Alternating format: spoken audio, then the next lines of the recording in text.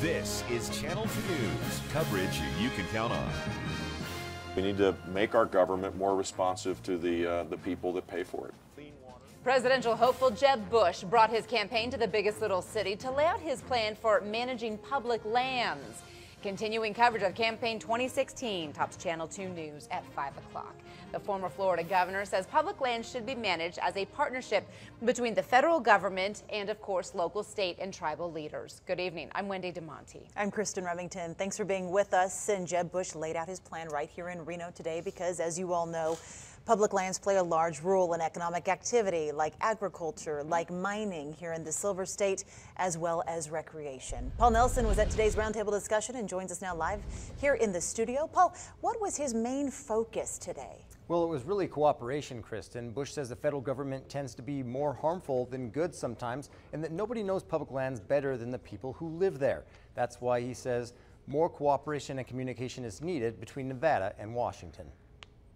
Our land is part of our heritage. Jeb Bush laid out his public lands management strategy in Reno. He says his plan requires a partnership that would begin by moving the Department of the Interior out of Washington. The folks that actually do the work that impede the partnership from being created all live in Maryland, Virginia, and Washington. And I think they ought to be living out amongst us. Bush says states should be able to create their own wildlife policy for restoring and protecting species like the sage grouse, and says more needs to be done to take care of our public lands. Better job on fire management, trail upkeep, bridges and roads, all of which have languished because the federal government hasn't spent enough money on maintenance. More than 85% of Nevada's land is federally owned. And Bush says economic growth, mining, and ranching would all benefit if the federal government worked better with local stakeholders. Think about everything from the bottom up. Default to assuming that people have the best interests of their own communities and their own, environment, because they do.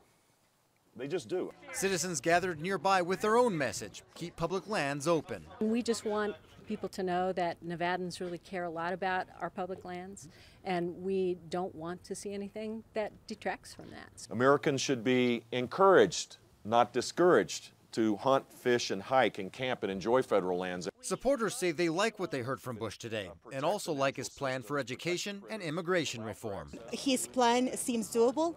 It has common sense. It's definitely something that we all would agree on.